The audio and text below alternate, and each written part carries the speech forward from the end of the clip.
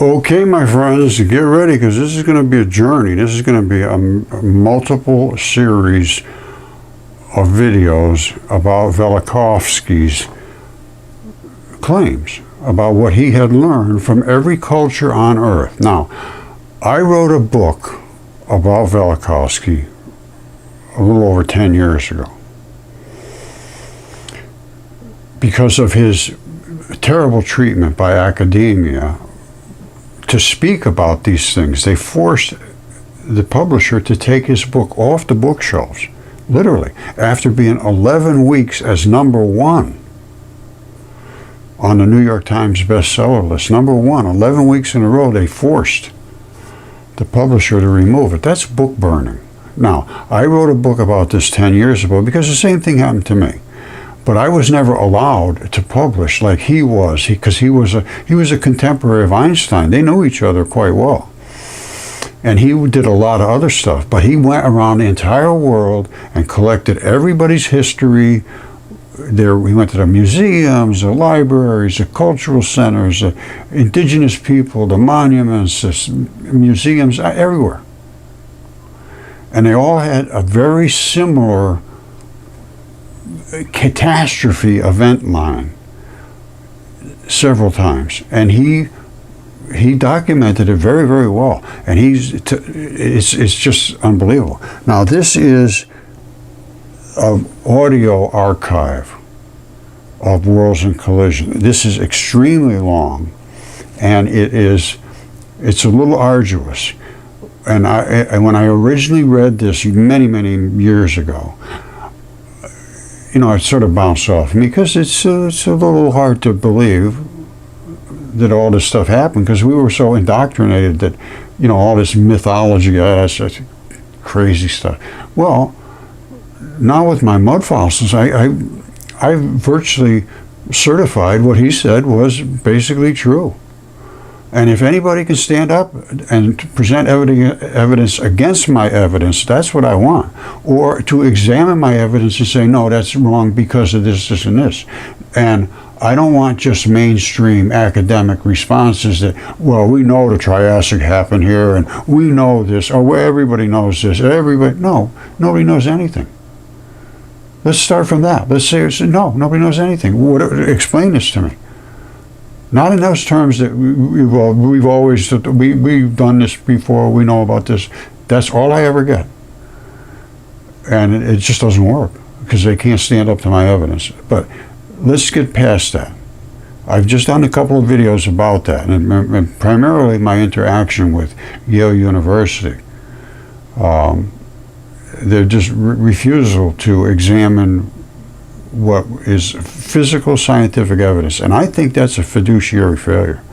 If I was a student there and I found out that they knew about this and decided to never engage, I would be a little upset. And I think that may happen, who knows?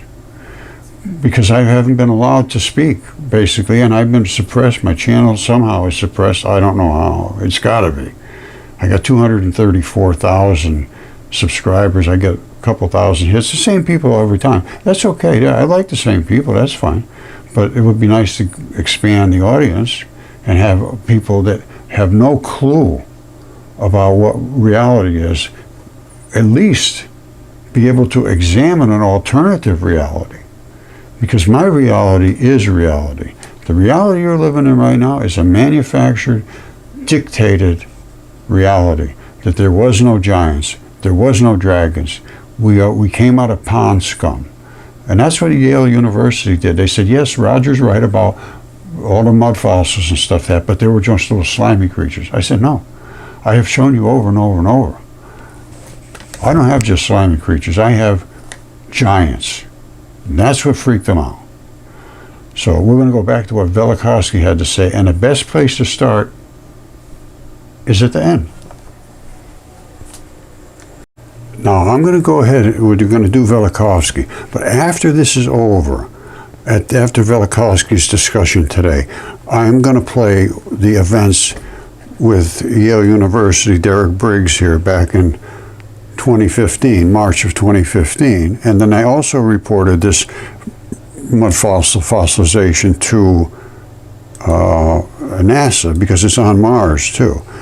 And I did that in January 2016 because I was getting nothing from Yale. Forget Yale.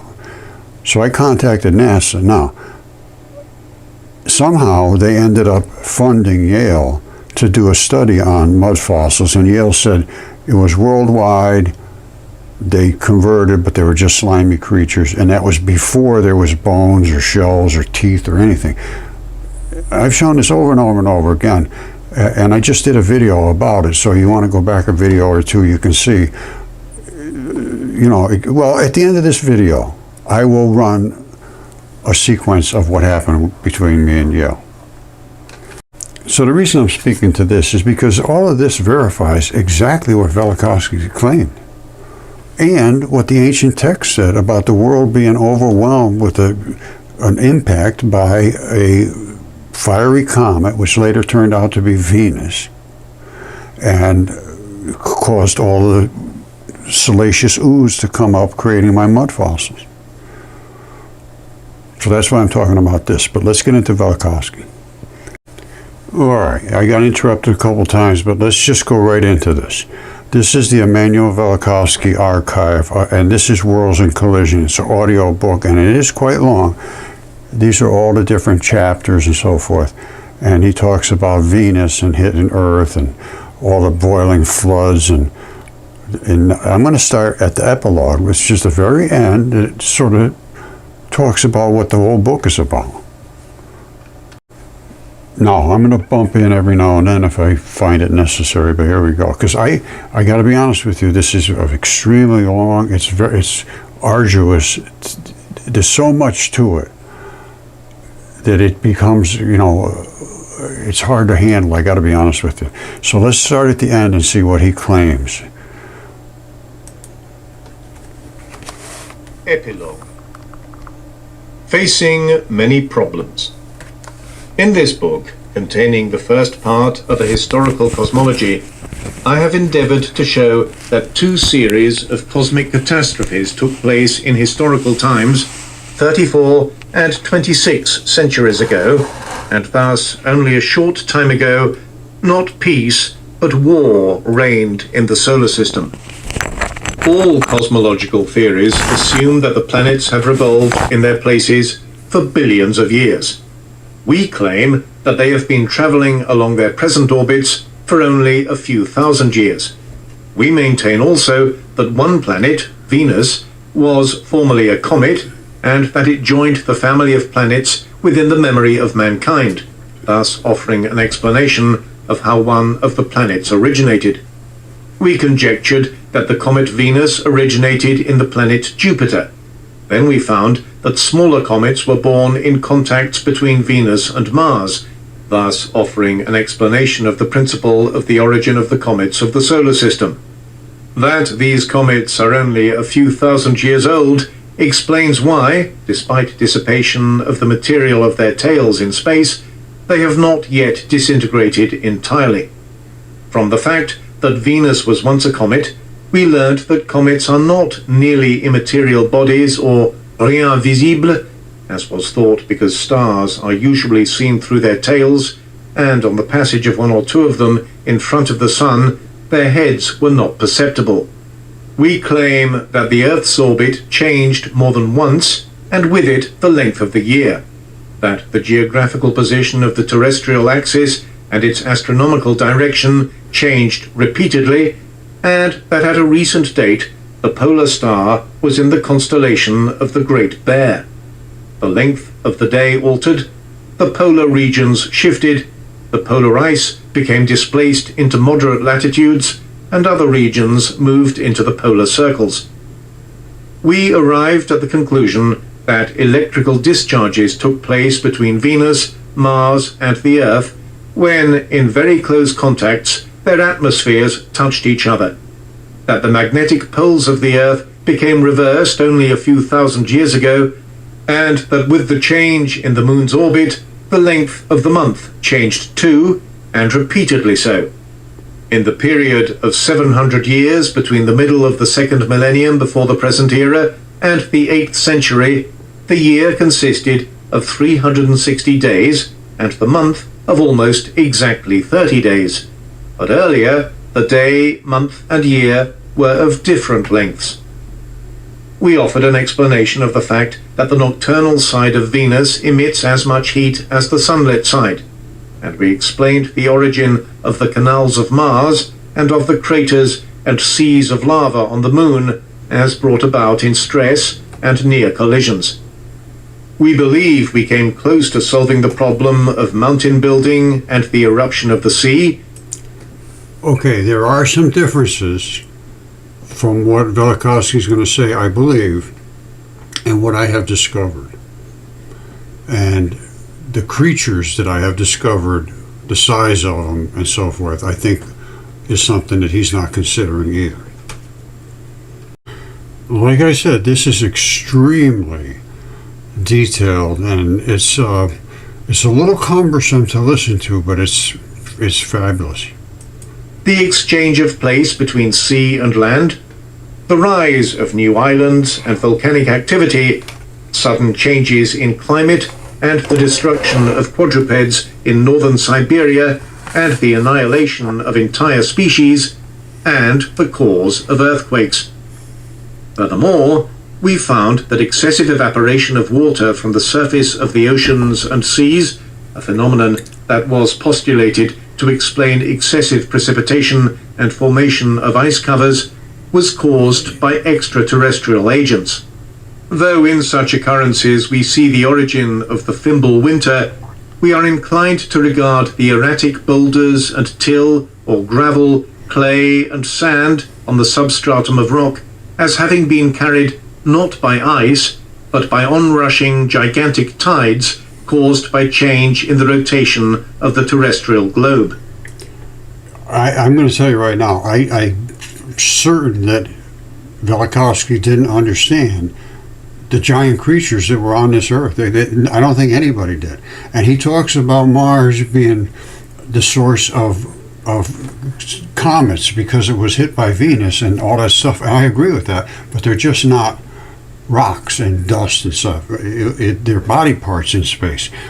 He solves all the problems, but he just wasn't aware of how unbelievably, incredibly large these creatures were. And they were dragons and everything else, just exactly what they said in the ancient myth. Now, I don't know how much he believed in the myth, but he presents a very, very good case for what history sent down. Here we go.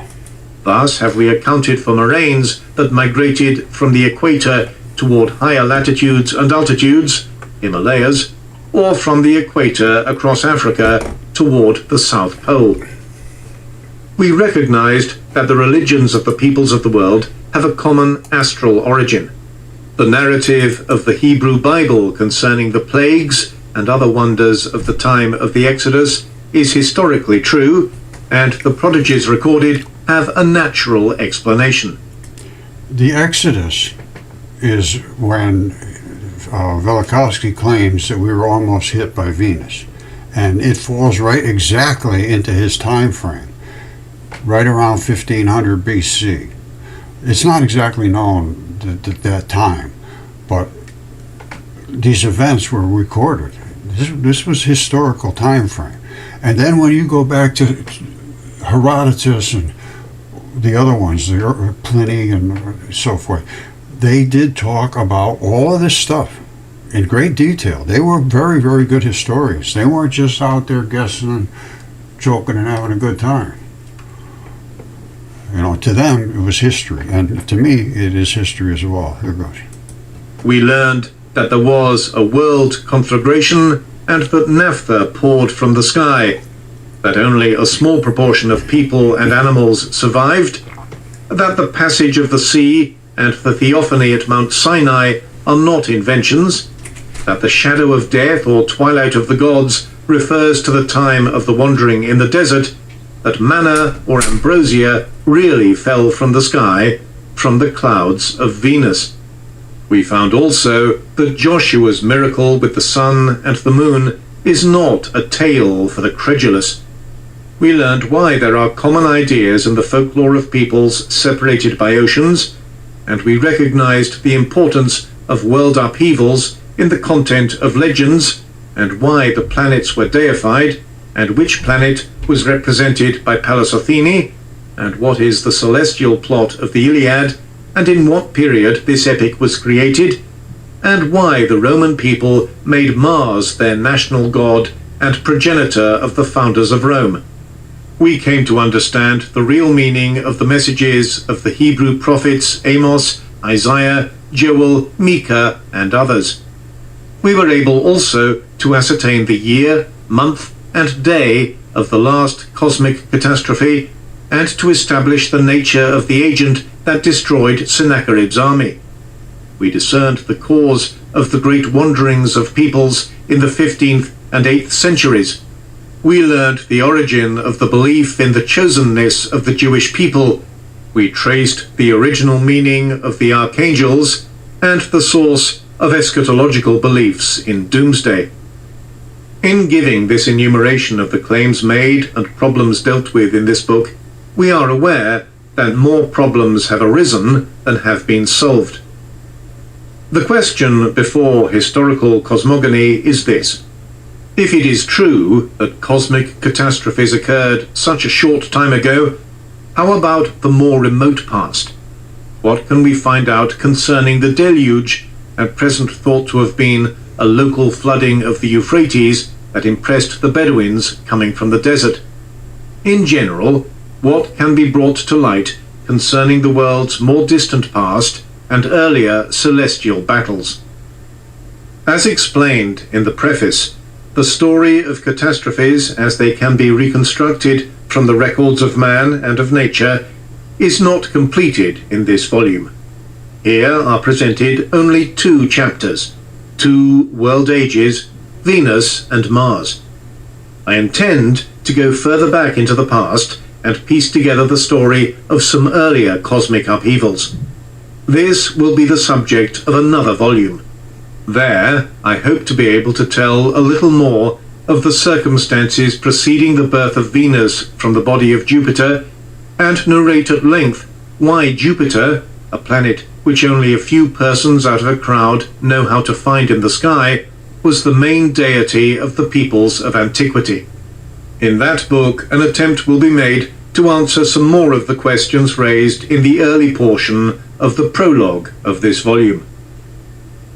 Historical cosmogony offers a chance to employ the fact that there were catastrophes of global extent in establishing a synchronized history of the ancient world. Previous efforts to build chronological tables on the basis of astronomical calculations, new moons, eclipses, heliacal rising, or culmination of certain stars, cannot be correct because the order of nature has changed since ancient times. But great upheavals of cosmic character may serve as points of departure for writing a revised history of the nations. Such a synchronization of the histories of the ancient world is attempted in Ages in Chaos. Its starting point is the simultaneity of physical catastrophes in the countries of the ancient East and the comparison of records referring to such catastrophes among the peoples of antiquity. For the rest, I have proceeded by collating political records and archaeological material of the ancient East covering a period of over 1,000 years, from the end of the Middle Kingdom in Egypt to the time of Alexander of Macedonia. Going step by step from century to century, the research arrives at an entirely revised sequence of events in ancient history and discloses a discrepancy of a number of centuries in the conventional chronology. The development of religion, including the religion of Israel, comes under a new light. The facts established here may help in tracing the origin and the growth of planetary worship, animal worship, human sacrifices, also the source of astrological beliefs. The author feels an obligation to expand the scope of his work in order to include the problem of the birth of religion and of monotheism in particular. Investigation should be made into why and how the Jewish people, who had the same experiences as other peoples and who started with an astral religion like the rest of the nations, early cast off astral deities and forbade the worship of images. The scriptures invite a new approach to Bible criticism, one that will make it possible to see the process of transition from an astral religion to monotheism with its idea of a single creator, not a star, not an animal, and not a human being. An intriguing problem presents itself in psychology. Freud searched for primordial urges in modern man. According to him, in the primitive society of the Stone Age, when the sons grew up, they looked for a chance to dispose of the father, once all-powerful and now aging, and to work their will on their mother. And this urge is part of the heritage that modern man carries over from his prehistoric ancestors. That is exactly the mythology, that the sons always took over, and almost always violently. And therefore, the earliest accounts were that the father dragons would eat their offspring, so because they couldn't kill them, so they would eat them and keep them inside them, so that they could not get out to kill them. But it didn't work. Kronos did that same stuff over and over and over, and then finally Zeus got out and did not kill him, I guess. He just overthrew him, and Kronos, who is Saturn, I guess. Again, we got to go through this. Sometimes it gets a little scrambled in my head, but I'm trying to relearn it all, because I got to be honest, I forgot a lot of this stuff. But I retained enough that I could get the highlights. But when he goes deep, so deep, it's very, very enlightening. Let's go with that. According to the theory of another psychologist, Carl Jung, there exists a collective unconscious mind, a receptacle and carrier of ideas deposited there in primeval times, which plays an important role in our concepts and actions. In the light of these theories, we may well wonder to what extent the terrifying experiences of world catastrophes have become part of the human soul, and how much, if any of it, can be traced in our beliefs, emotions, and behavior as directed from the unconscious or subconscious strata of the mind. In the present volume, geological and paleontological material was discussed only occasionally, when we dealt with rocks being carried considerable distances and placed on top of foreign formations, with mammoths being killed in a catastrophe. See, he obviously does not understand mud fossils. Nobody did, until I figured out what they are, and they're giant creatures and giant body parts, and nobody's eyes could focus on that, and mine couldn't either. You know, it wasn't like this was an overnight thing. Well, more or less was. With the changes of climate, the geographical contours of the polar ice in the past, moraines in Africa, and remains of human culture in the north of Alaska, with the source of a substantial part of oil deposits, the origin of volcanoes, the cause of earthquakes. However, geological, paleontological, and anthropological material related to the problems of cosmic catastrophes, as partly presented in the volume Earth in Upheaval, is vast and may give a complete picture of past events no less than historical material. What can we establish concerning the disappearance of species and even of genera, the theory of evolution versus the theory of catastrophic mutations, and the development of animal and plant life in general, or the time when giants lived, or when brontosauri populated the earth? The submersion and immersion of land, the origin of the salt in the sea, the origin of deserts, of gravel, of coal deposits in Antarctica, and the palm growth in the Arctic regions, the building of sedimentary rocks, the intrusion of igneous rock above levels containing bones of marine and land animals and of iron in the superficial layers of the Earth's crust. See, again, he has no idea about the actual biology that it is the Earth. the times of geological epochs and the age of man on the Earth, all these ask for treatment in the light of the theory of cosmic catastrophism. Then there are physical problems.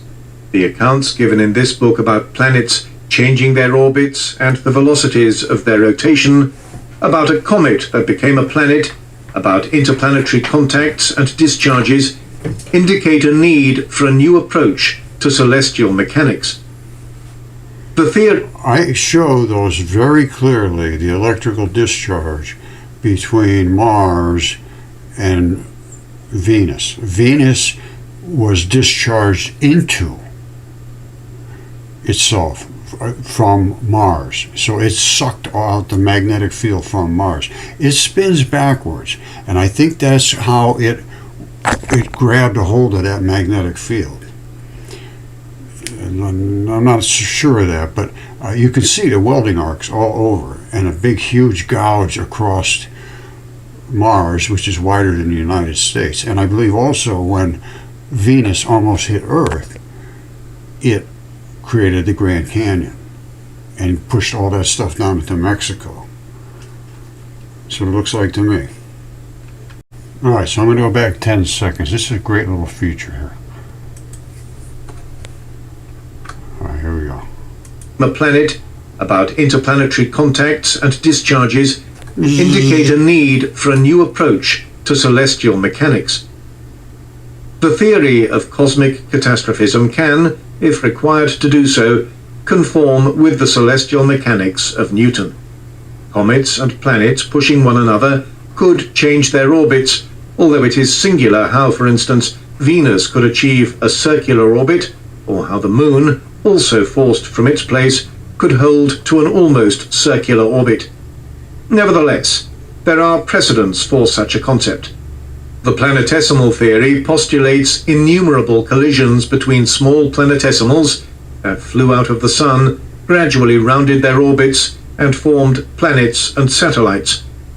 The tidal theory also regards the planets as derivatives of the Sun, swept by a passing star into a direction and with a force that, together with the gravitational attraction of the Sun, created nearly circular orbits. All right, let me just cut in again. My contention is those were gods. They're gods. And they're still gods. The gods don't die.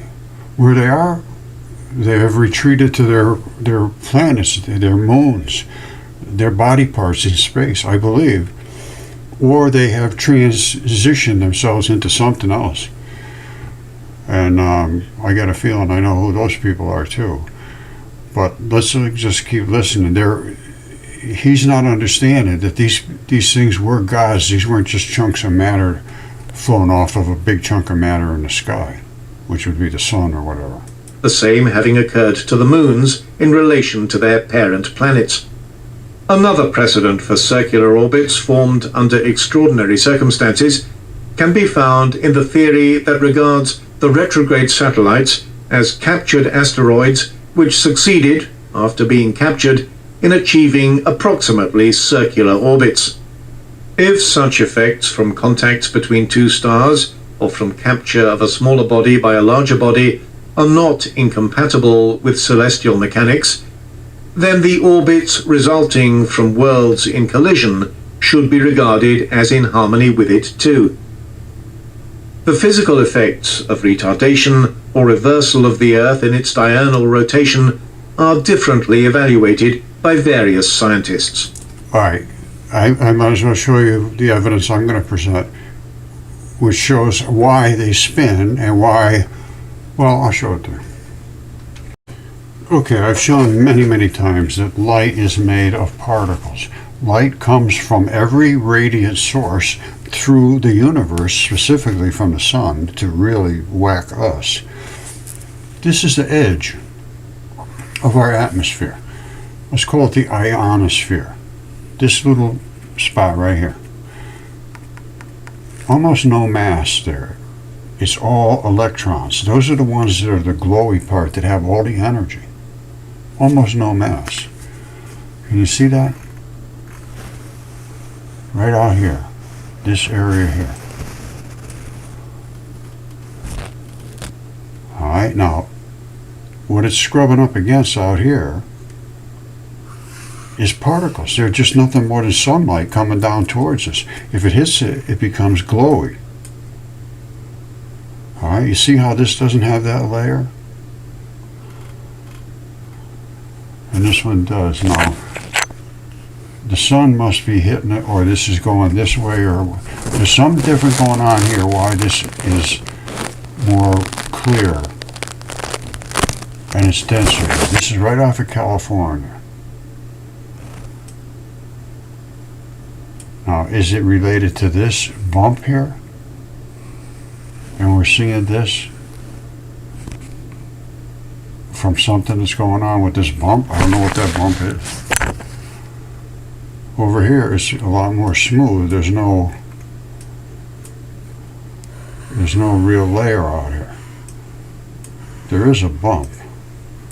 And then at the top we have no real layer, which this is, I believe this would be like the North Pole.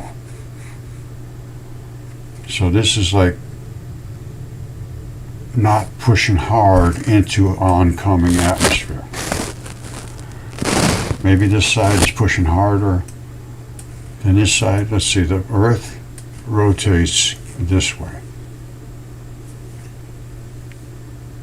Alright, so that makes sense. Because if this was pushing harder, which it would be, with the atmosphere attached to it, it would create more separation of energy, I would think. Because it's pushing into a whole batch of stuff that's coming at it, and it's scrubbing. That's what causes it to push in everything to create this round orbit. And I'll show you in a minute. I think that makes sense now. It's pushing this way, scrubbing, and creating that separation zone where you don't see it on the other side, because this is the trailing side. All right, the same thing happens on the sun. Here's the one on the sun. See, the sun this is a solar eclipse, so that's the moon capping over the sun. The sun has to be turning this way and headed that way, and I'll show you in a minute what I mean. You see those glowing spots? That's energy. That's high energy. This is drifting energy. It's just, so it's going this way, and the stuff is just sort of flowing off. You see it? Flowing off right here. These are the poles, obviously. So it's, in my opinion, it's going that way, spinning this way. High energy, high energy, high energy. Magnetic field, magnetic field, magnetic field. Millions of degrees out here. Millions. Where the sun is pushing its particles through its envelope that surrounds it. 10,000 on the sun's surface, millions in the outer area because of this, the scrubbing. 10,000 millions. Well, why? Because these negative particles are scrubbing with the negative particles that are out here in space. All right, they're scrubbing through electrons that are coming from everywhere. Light has a mass to it. It's a particle. And they have the dark and they have the light. Sometimes they're separated. It depends on how they went and what they're passing through, apparently. I normally would believe that you're going to have some form of a molecule, or you're just going to have the light, which we get hit with the light all the time. This light comes to us as the little tiny particles that I showed, the black and the white. But there's also going to be molecules out here. They don't realize, I don't think, how deep the isotopes go, because they're showing oxygen, hydrogen, which are molecules, and they're out here. I agree with that. I don't see any problem. And I know they do see these in a spectrum, and actually they see iron and calcium and everything else, just like what we give off from a body is radiating out of here. I'm not kidding. And out here, it interfaces with the particles that are in space. It scrubs it and it gives off a ton of energy. Now, I'm going to show you how it works through the galaxy. Our galaxy's spinning this way, dragging everything with it. And it's going to do this, watch. Alright, this is some of the best stuff that's ever been done. Looking into space and seeing these dark patches and bright patches. This is a guy I'm working with right now, Mason. And he's got a 5-inch Newtonian telescope doing with all kinds of little attachments and so forth, and doing layered stacking and all kinds of things that are pretty new. And he seems to be interested. We haven't talked much, but that was one of the shots he did. I think this is Saturn, I'm not sure, but you can see the amazing dipole nature. And then I see a secondary dipole, which is this black to this white, this white to this black. And then the really heavy-duty stripes, which this thing could actually be doing this. I don't know. I really don't know. That I haven't seen that before. I don't recall seeing it. Like this is from Dylan. Remember what we're seeing here.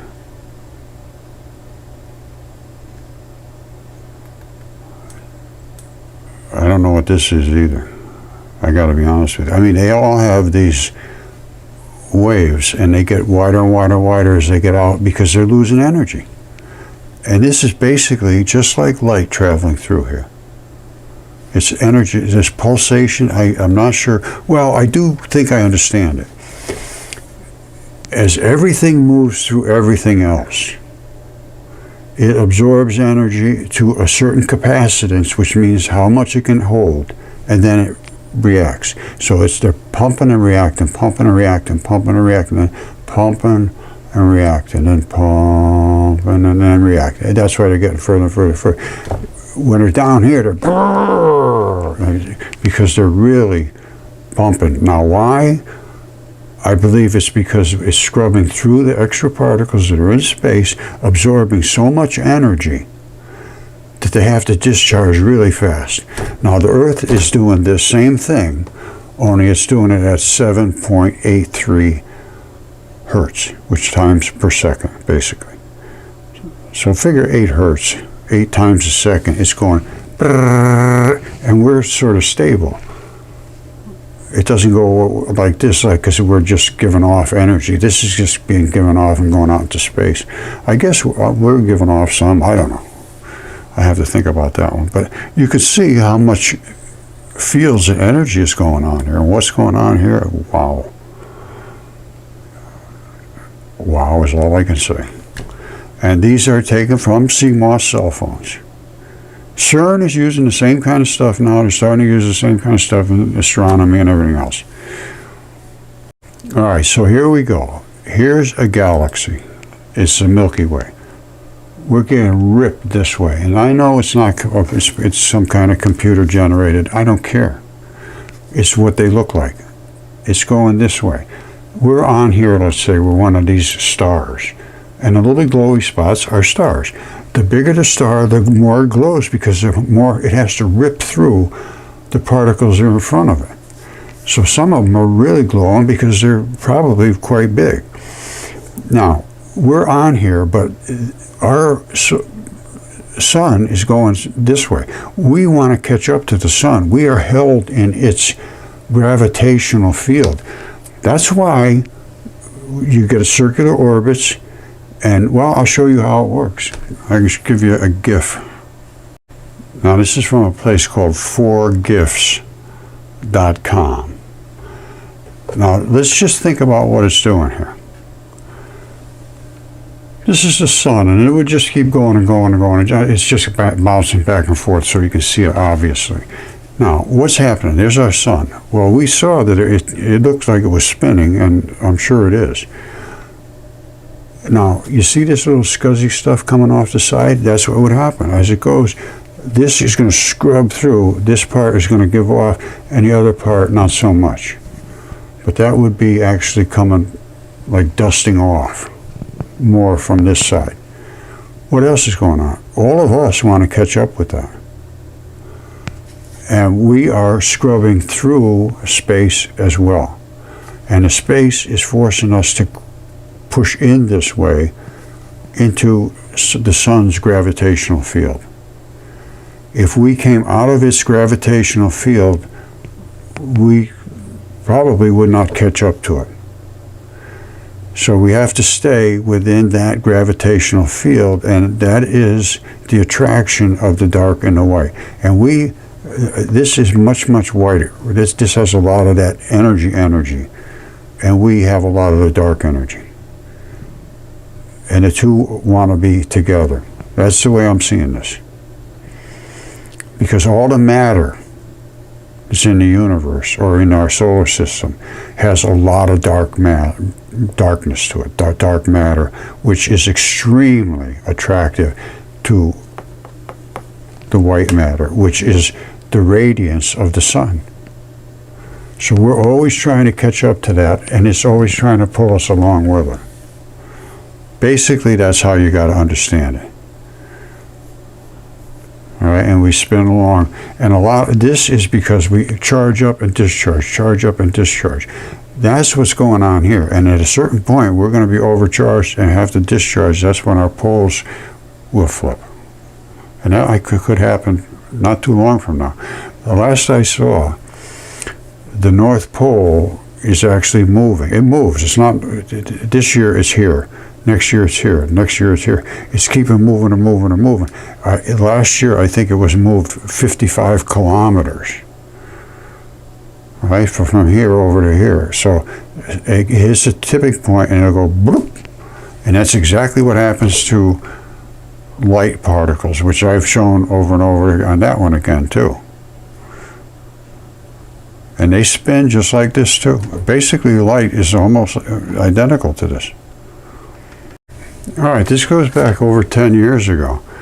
Empty space isn't empty. They know that. They know it's got all these particles out here. Don Lincoln called it the head of a root beer, the foam. They're clicking on and off out there because those are the light particles. That goes back to 2013. And he also validated our research at the same time. The black and the red. They didn't realize they were together because they used huge particles. We used light, so we could see exactly what was going on there. Same thing, 2013. This is Fermilab, Don Lincoln. Same particles that we found at the same time. And hold on one second.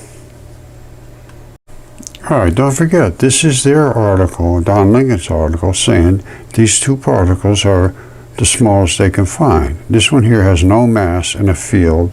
This one has all the mass and no field, but it always has a glow behind it. I say the only reason you see the glow is because that is dark matter and it's obstructing light from behind it. And we see it in our experiments too, which I'll show you in a minute. This is from his article, same thing, 2013. I say he's looking at two particles here, which I would call a gluon, and two back-to-back make a photon.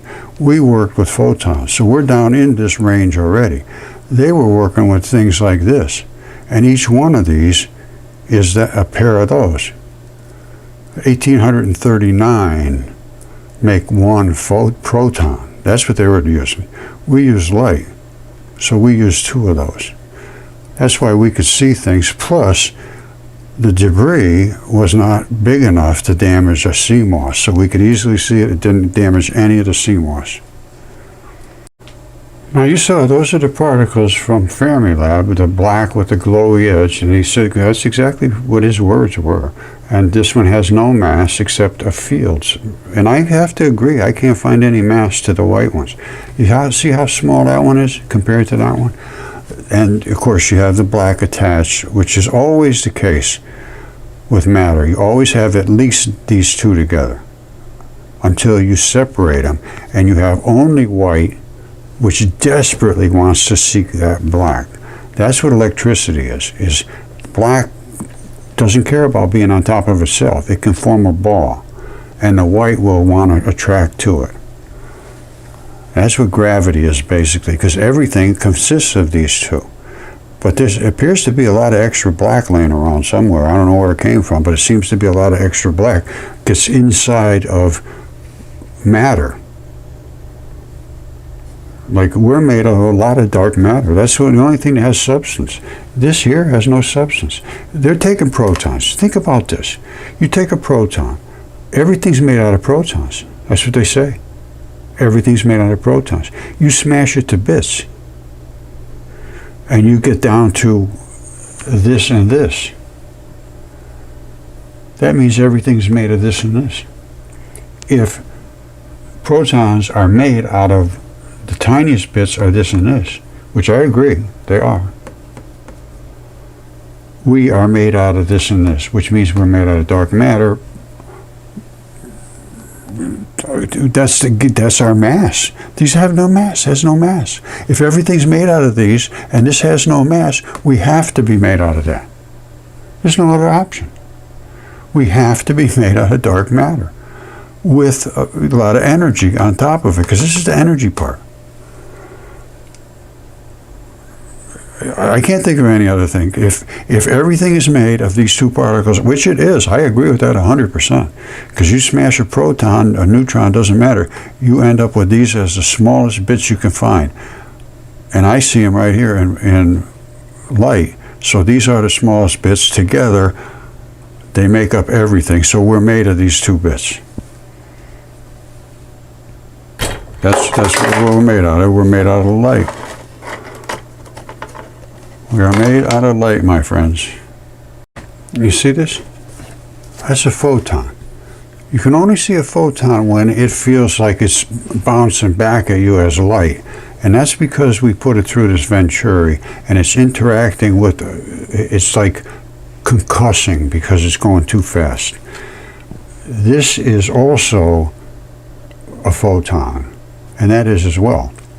They are not completely formed yet. These they would call, I would believe, Majorna neutrinos. And these are Dirac neutrinos, which two of them together make a photon. And that's the green, and the only reason you can see that black is because it's obstructing the glow from behind it.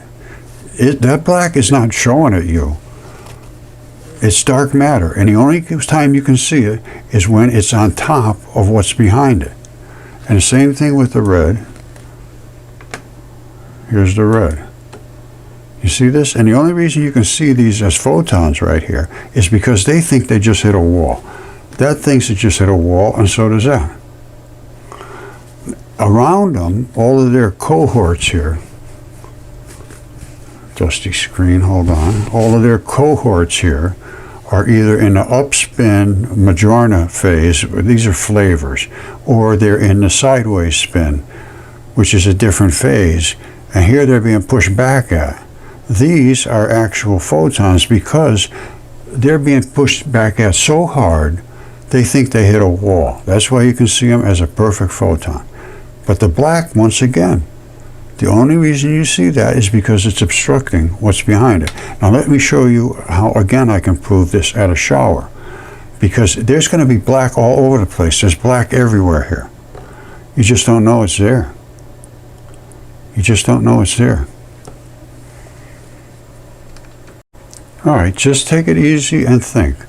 These two are glued together, and back to back they make a photon, which is what I have shown you that we could see in the green and the red and even in the blue. Now, here is where that light coming down sort of slowly starts to accelerate really fast because of the venturi. And at the venturi, if it's tuned correctly, the black stays back and the white comes through. That's called an electron shower. Now, I talked about the black obstructing the white. Well, there it is. That black is laying on top of this white, so you can't see the white coming at us. In a second, they'll rejoin each other, and they'll just be like stuff floating around in the air. There will be no big difference. But right now, you got your white is completely separated from the black, 100%. But out right there, it's saturated with black. It's black everywhere.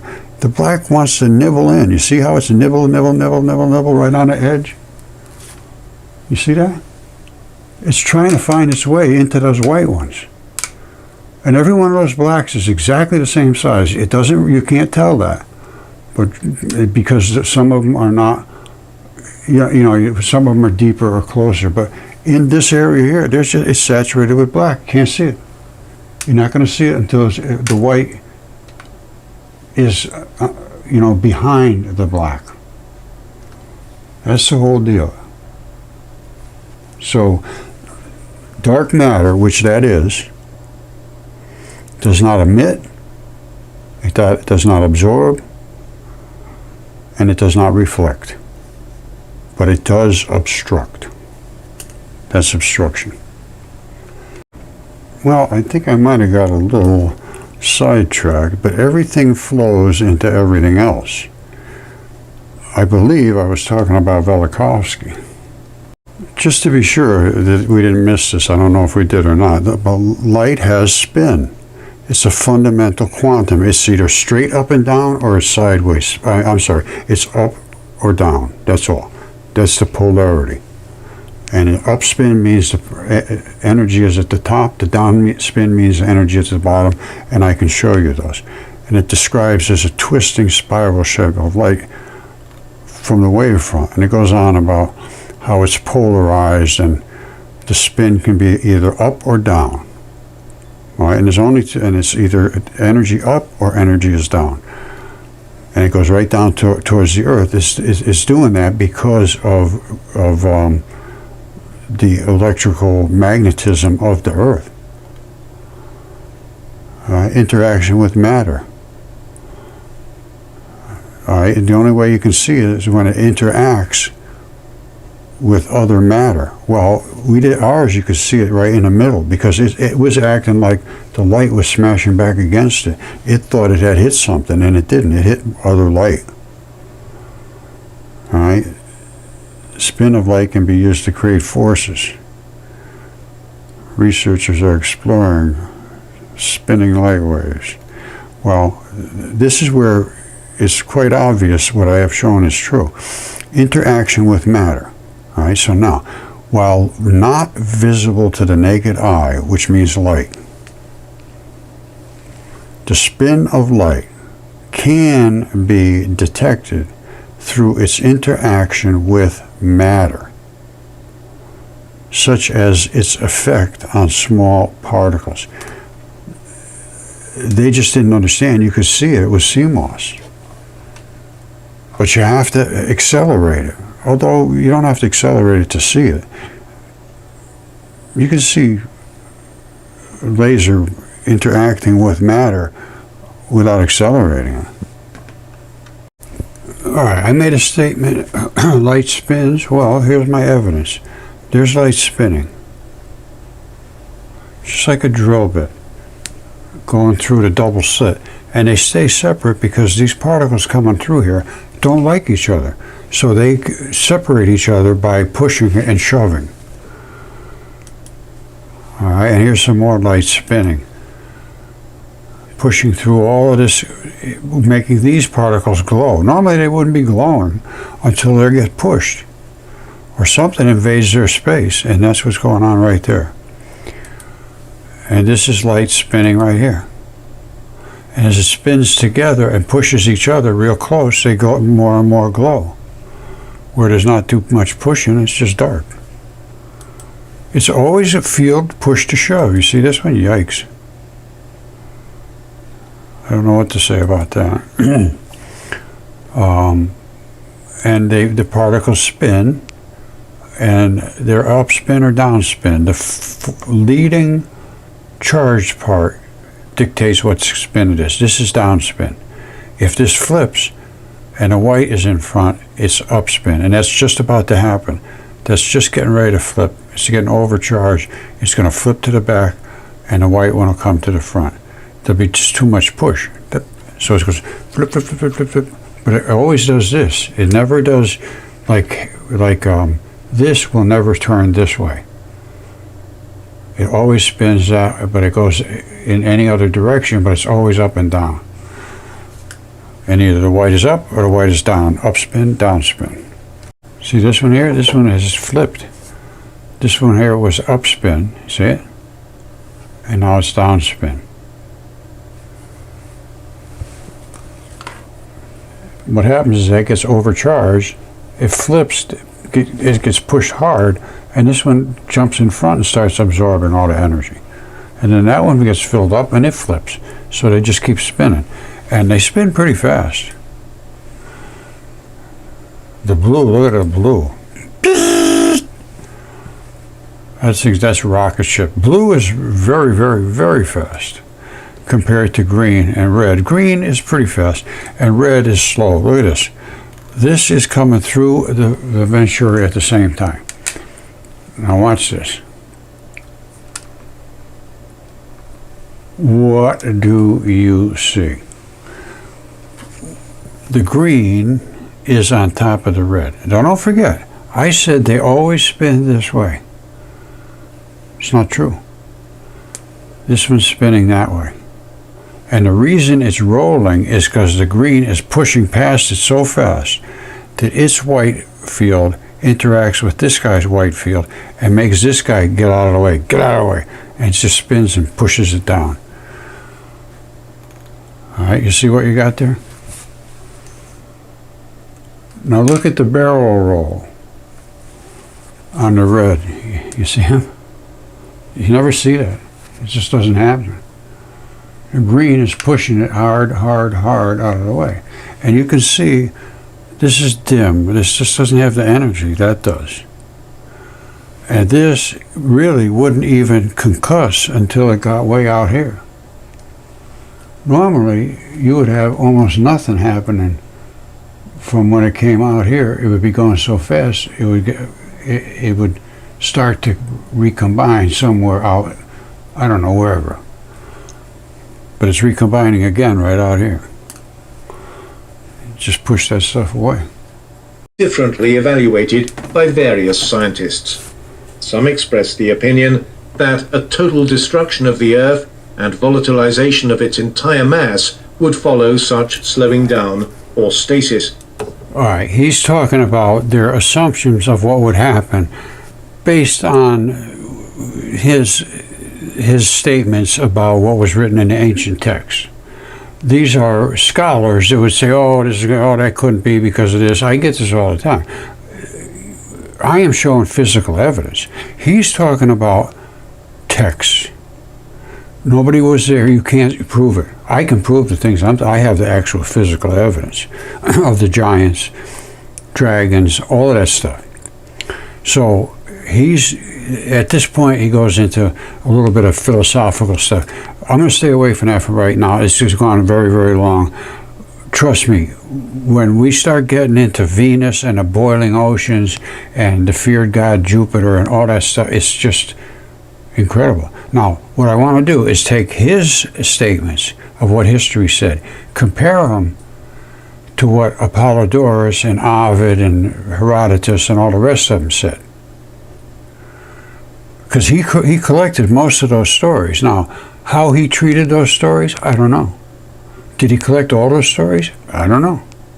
I can't remember much of this at all, to be perfectly honest with you. This is going to be almost like a brand new experience for me, relearning what Velikovsky said. And I am going to drag you through the soup with me. So, stay tuned. I'm going to be doing this pretty regular until I understand what he's talking about. And I'm going to try to understand the Nag Hammadi.